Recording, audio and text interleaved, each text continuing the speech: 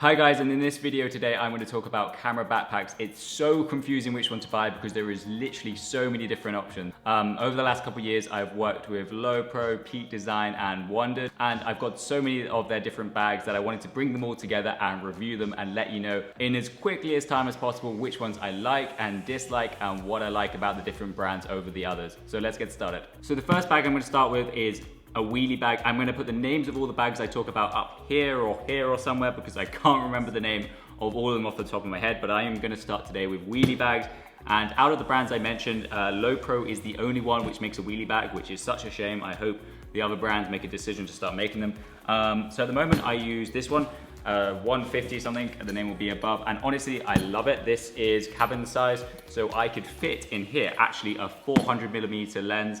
Overall, it's a really great design. It's got straps for a tripod. It's got a great handle for lifting, as it will be fairly heavy when you go on the plane because you want to fit as much in here as you can. It's also got a thing for a laptop, and it's got lots of little dividers and pockets. I think the interior design could be better arranged. It could be more versatile. It could have more pockets, but apart from that, honestly, it's actually a really good weight. The other wheelie bag option you'll see on Lowepro's website is this one. I used this for many years and I do like it, but this is designed to put your gear in the hold really. This is cabin size, but the starting weight of it is way too heavy. The ergonomics of it, the other bag is way better. This is a lot deeper, but you don't really need that much depth. You kind of need the length, so you can put like a 400mm in. I wouldn't recommend going for this type of bag just because there's no point if you're taking it on board, but if you're wanting to put their gear in the hold of the plane, I would highly recommend. It's very, very solid all around, and it would definitely protect your gear, but I don't know many people who put their gear in the hold anyhow. So next up, I'm going to start with urban backpacks, the kind of like stuff you would take around the city, or you would go for a small hike, not really outdoor adventure bags, but compact and useful. So this is a Lowepro something or other, it will be up there. Overall, I don't particularly like this bag. I think it's good ergonomically. It's got lots of places to put stuff. It's got lots of accessories. But my main problem with Lowepro bags is, and this is a new one, and I've had problems with the old one, is they're just not comfortable on your back. Because camera gear weighs a lot, they haven't really taken into consideration that actually it might hurt your back. So this is exactly the same as the old ones. These hard shells, something, I'll put the name up here. This is a lot ergonomically better. It's got better dividers, it's got better pockets and everything, but it still has the same problems as these hard shell ones, which are literally probably the most uncomfortable bag I've ever used. There's one I have, which is the smaller version, and then here's the bigger version, which actually has straps. So you can put a lot more of the weight on your hips, which is better, but it's still really uncomfortable. The inside of these bags isn't really that helpful. It's got a couple pockets, but most of the dividers are all messy. Overall, I wouldn't really recommend these backpacks, these Lowepro ones. I would definitely look at either, I would definitely look at the Peak Design or Wandrd option. I have the Peak Design one, but I don't have it with me, but it is a great option. I would definitely look at this Wandrd bag. It's honestly really rugged. It's got lots of different good dividers, but the main thing for me is that it's got lots of room, firstly, and secondary, it's really comfortable. I didn't expect this to be comfy because of the design, but these waist straps are really good for dividing weight onto your hips. It's got a weird thing here to put your passport because you think someone's gonna rob you. Inside, it's got lots of little dividers. You can divide up the space. I haven't actually got them set up here, but then you can access it from the side here, or you can just flip it over. The main thing for me on this is that it's not very deep. It's not really deep enough. So if you've got like something like a 1D, you might struggle. You might have to divide it all up, which is kind of annoying. You have to take the lens away from the body to put it back in the backpack. So this is more designed for the mirrorless market, I reckon.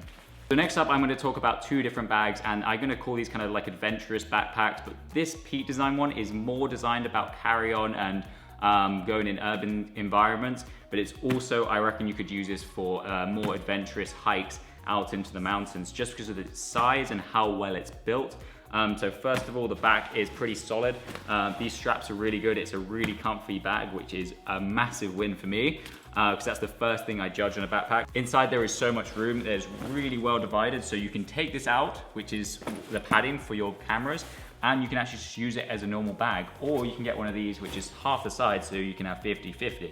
It's also got a laptop holder, which is really useful, and honestly, overall, it's got lots of little zips and places you can store lots of equipment. Overall, it's honestly probably a great buy if you're looking for something a little bit bigger. So Wandrd don't make the equivalent, so I can't compare, but I'm comparing it to this Lowepro something or other. This is the bigger version, the 450, and this is made for real adventures.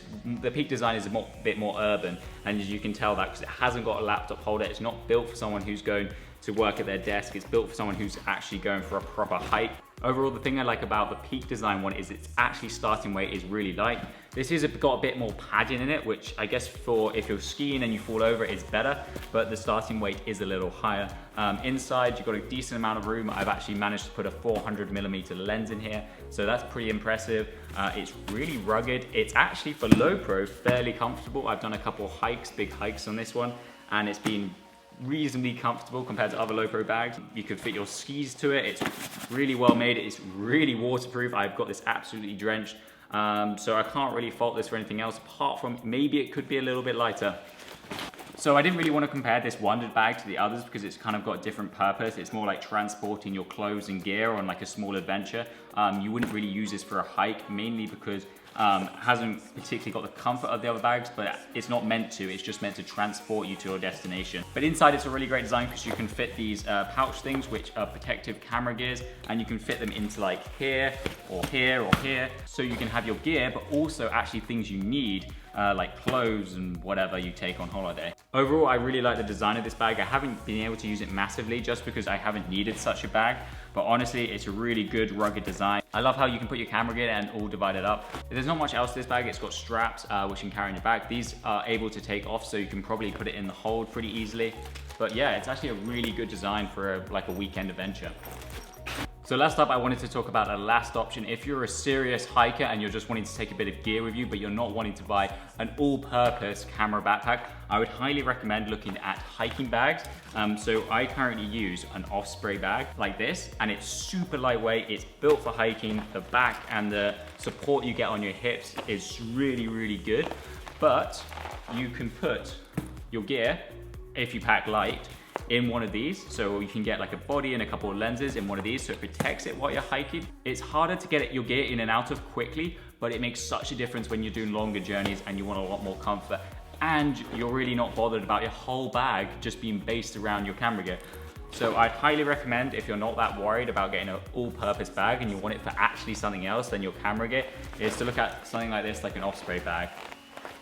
I hope you guys found this useful. For me, which works best is the Lowepro wheeler bag, and then I either take the Osprey bag or the Wandrd bag I showed you guys earlier. They're both super useful. If I needed something bigger, or if I'm going on more of an adventure, I use the Lowepro big hiking bag or the Peak design bag. Honestly, there is so many different options, and if I had two bags I could get, I would get the Wandrd bag and the Lowepro roller.